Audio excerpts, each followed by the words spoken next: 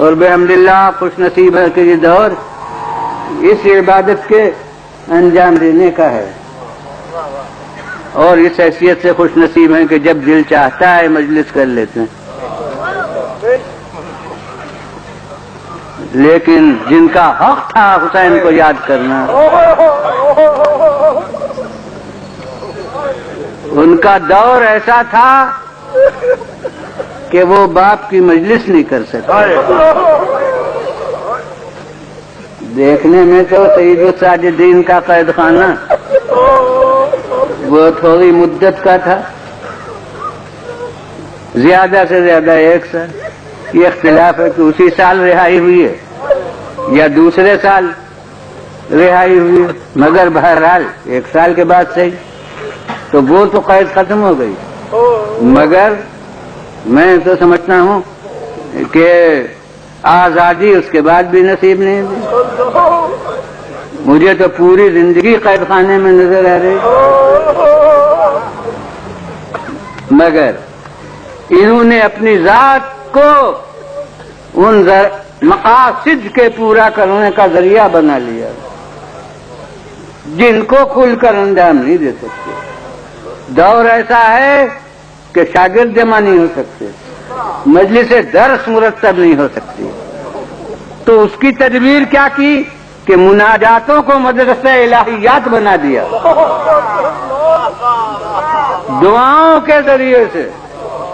ہم کسی آدمی کو مخاطب کر ہی نہیں رہے کہ سیاست کا کوئی شکنجہ ہمیں کسے، ہم تو اپنے خدا کو مخاطب کر کے بات کہہ رہے ہیں، لہذا کوئی سیاست وقت اس پر پہرے نہیں لگا سکتی۔ یوں ہیں ان کے وارث جو سیاست نہیں جانتے تھے، سیاست نہیں برتتے تھے، سیاست شکنی کرتے تھے، تو اس طرح اس سیاست کو شکست دے رہے ہیں۔ اور مجلس باپ کی نہیں کر سکتے تو اپنی ذات کو مجلس بنا دیا ہے۔ آب وضو سامنے آیا، اب کوئی ذاکر ممبر پر نہیں ہے، یہ پانی ذاکر ہے، یہ چلو میں پانی جو آیا ہے وہ یہی یاد حسین دلا رہا ہے۔ اور پاسو بہنا شروع ہو گئے، خاموش ذاکری اور خاموش اس کا اثر، آنکھوں سے آنسو بہنے لگے، اور اتنے آنسو کہ وہ پانی گویا آب مطلق کے بجائے آب مضاف ہو گیا۔ اب اس سے وضو نہیں صحیح رہا تو اسے پھینک دیا، اب دوسرا چلو لیا، یہ گویا دوسرا ذاکر ہو گیا۔ اب جب تک وضو نہ ہو جائے مجلس حسین پر، تو اسی لیے بعض چیزیں جو یوں کہی جائیں تو لوگ نہیں سمجھیں گے کہ پرنالے سے پانی بہ رہا ہے۔ اب دیکھیے ذکر حسین بازار تک پہنچ رہا ہے، ذکر حسین گلی تک پہنچ رہا ہے کہ وہ پانی آ رہا ہے، کوئی دامن بچا رہا ہے۔ کہنے والا کہتا ہے جو گھر کے اندر سے کوئی ملازم نکلا ہے کہ ارے دامن نہ بچاؤ، یہ کوئی ویسا پانی نہیں ہے، یہ سید سجاد کے آنسو ہیں۔ دیکھیے ذکر متعدی ہوا، دوسرے تک پہنچا۔ اب یہی میں کہ یوں بے جھجک کہہ دیا جائے تو لوگ کہیں گے وہ اتنے آنسو کہیں اتنے بہ سکتے ہیں کہ وہ پرنالے سے بہ، مگر اب آپ نے نوعیت سمجھی کہ وہ آب وضو ہوتا تھا جس کے ساتھ آنسو شریک ہو کر باہر جاتے تھے، تو وہ مبلغ بن گئے، وہ آنسو اب مبلغ بن گئے، چاہے آواز نہ جائے مگر خود آنسو پہنچ رہے ہیں دنیا تک باہر، اور اب پوچھ رہا ہے کیا ہو رہا ہے معلوم ہے، اور اب اسے اس مجبوری کا احساس ہوگا کہ ارے اتنے اثر ہے اور پھر یہ مجلس نہیں کر سکتے۔ اب بس ایک واقعہ ممکن ہے، میرے یہ آپ حضرات اتنے توجہ سے سماعت فرماتے ہیں کہ جس کا نام مصائب ہوتا ہے اس کے ذکر کرنے کی ضرورت نہیں ہوتی، جو مقصد مصائب ہے وہ پورا ہو جاتا ہے۔ کہ شہاب الدین زہری، یہ زہری آتا ہے، لوگ سمجھتے ہیں کوئی مجہول آدمی تھا، یہ ائمہ حدیث میں سے ہیں شہاب الدین زہری، اور عبد الملک بن مروان کے یہاں بڑی ان کو قدر و منزلت حاصل تھی، کثیر التعداد شاگردوں کے، استاد فن حدیث کے، اور ان سے احادیث پوچھے جاتے تھے اور بہت سی حقیقتوں سے حق کی واقف تھے، مگر وقت ضرورت ظاہر ہے کہ بادشاہ کے یہاں اتنی پہنچ تھی تو اب آزادی کے ساتھ ان مفادات کو نظر انداز تو وہ نہیں کر سکتے تھے، لہذا پھر بھی حسب مصلحت بیان کرتے تھے کہ اب ایک روایتوں کے ذکر ہو گیا اور یہ کم لوگوں کو سنا ہے کہ بادشاہ نے، اموی بادشاہ نے ان سے پوچھا کہ کیا آپ کے علم میں یہ ہے، سنا ہے کہ جب حضرت علی مرتضی، اب اس نے جن الفاظ میں کہو میں اس کو کہ علی مرتضی کے سر پر جب ضربت لگی ہے اور آپ کی وفات ہوئی ہے تو حجر بیت المقدس میں جو پتھر اٹھایا گیا اس کے نیچے خون ابلتا تھا. یہ غالباً روایت عام طور سے لوگوں کے گوشزد نہیں ہوئی کہ عبد الملک بن مروان، شہرت روایت کی اتنی تھی کہ دمشق میں جہاں تربیت کی گئی تھی ناواقف رکھنے پر، وہاں پہنچ گئی تھی روایت کہ حضرت علی کی شہادت پر پتھروں کے نیچے سے خون ابل رہا تھا.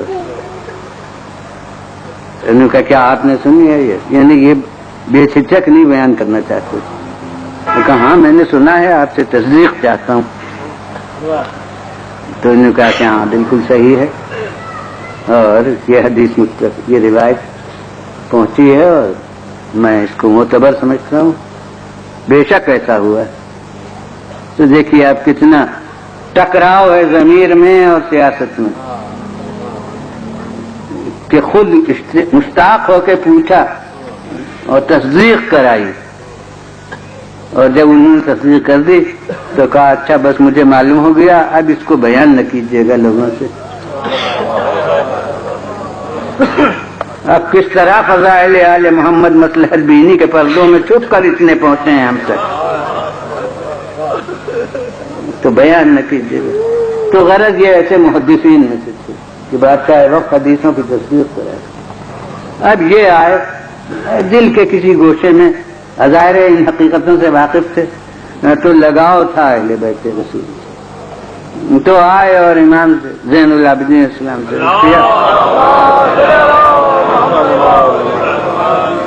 کہ میرے یہاں شادی ہے، تمنا ہے کہ آپ تشریف لائیں اور میری عزت افزائی فرمائیں. دیکھیے اتنی اہم بات، لیکن آج تک اس کا اظہار نہیں ہوا تھا.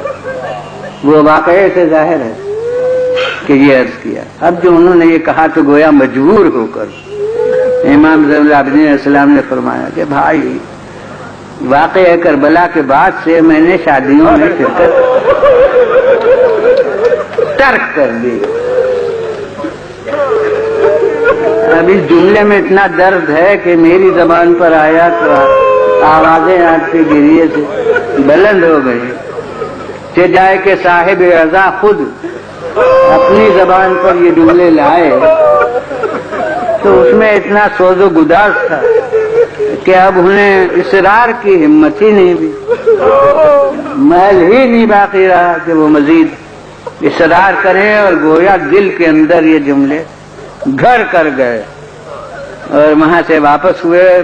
میں سمجھتا ہوں کہ افسردہ دلی کے ساتھ. بھئی یہی تو فلسفہ رضا ہے کہ مسرت متعدی نہیں ہے. محلے میں گانا بجانا ہو رہا ہو شادی میں تو جستجو نہیں پیدا ہوگی کہ کیا بات ہے، لیکن اگر کسی گھر سے رونے کی آواز آئے تو آپ کی فطرت مجبور ہوگی کہ دروازے پر رک کے پوچھیں کہ کیا بات ہوئی ہے. یعنی اثر غم وہ ہے کہ غیر متعلق کو متعلق بنا لیتا ہے.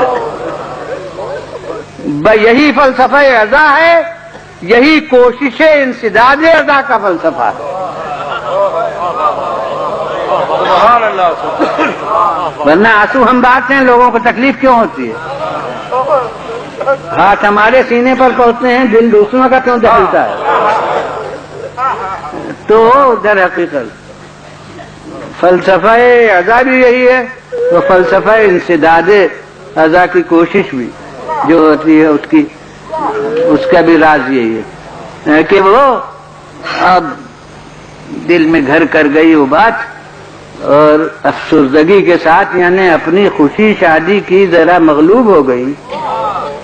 اب اعلان ہو چکا، ظاہر ہے شادی ہوئی، مگر وہ دل پر جو اثر ہو چکا تھا، تو کچھ عرصے کے بعد جب وہ مصروفیتیں ختم ہوئی تو امام کی خدمت میں آئے اور عرض کیا کہ اس دن میں نے عرض کیا اور آپ نے ایسی بات فرمائی کہ پھر مجھے ہمت ہی نہیں ہو سکتی تھی کہ میں مزید عرض کروں، لیکن میری دلی تمنا ہے کہ آپ میرے یہاں تشریف لائیں۔ تو اب میں نے آپ کے والد بزرگوار کی مجلس عزا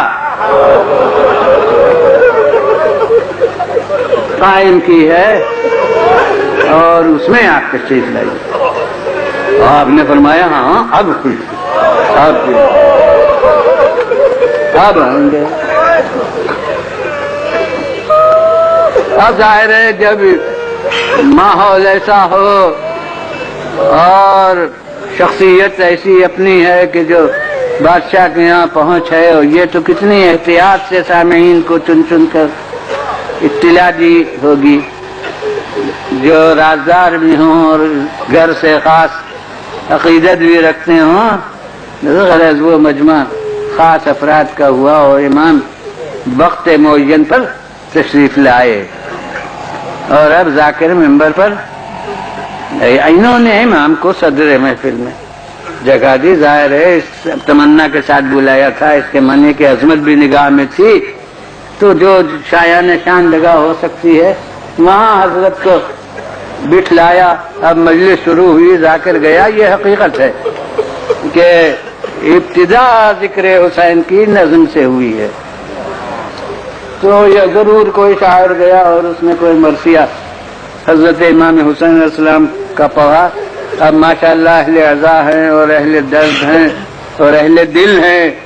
میں کہتا ہوں کہ کبھی کبھی ذاکر یہ مصائب میں بیان کر دیتا ہے کہ حضرت سید عالم تشریف لاتی ہیں مجلس میں، اور ہاتھ میں آپ کے رومال ہوتا ہے، اور رونے والوں کے آنکھوں کو دیکھ کون آنسو بہا رہا ہے، اور اپنے رومال سے آنسوؤں کو خشک کرتی ہیں، صاف کرتی ہیں۔ تو جب سے ذاکر یہ بیان کرے تو مجلس میں ایک اثر پیدا ہو جاتا ہے۔ یہ تو ایک ذاکر ہے اور وہ بیان کرتا ہے، کہ جائے کہ صاحب عزا سامنے موجود ہو۔ تو اب سامعین کے اثر کا عالم کیا ہوگا؟ نتیجہ یہ ہے کہ ذکر مصیبت شروع ہوا تو کسی کو اتنا ہوش نہ رہا کہ کون کہاں بیٹھا ہے۔ اب جب مجلس ختم ہوئی، ذاکر کا بیان ختم ہوا، انہوں نے نظر سر اٹھایا تو دیکھا کہ جہاں بٹھایا تھا وہاں امام تشریف نہیں رکھا۔ پریشان ہوئے، گھبرائے، اور ادھر دیکھا ادھر دیکھا تو یہ دیکھا کہ صف نیاز میں جہاں لوگ جوتے اتارتے ہیں، ماشاءاللہ ارجوکم اللہ، مجھے امید یہ تھی کہ بس یہی مصائب ہو جائیں گے، آپ وہاں تشریف رکھتے ہیں، اور اتنا ہی نہیں بلکہ لوگوں کی نالین سیدھی کر کر کے رکھ رہے ہیں۔ انہوں نے آ کے قدموں کو سر رکھ دیا، کہا مولا میں نے تو وہاں بٹھایا تھا، یہ آپ یہاں کیوں کر آ گئے؟ آپ نے فرمایا تم تو اسی مجمع کو دیکھ رہے ہو جو تمہارے سامنے ہے، میں دیکھ رہا ہوں کہ کون کون یہاں موجود ہے، تو میری جگہ یہی ہے جہاں میں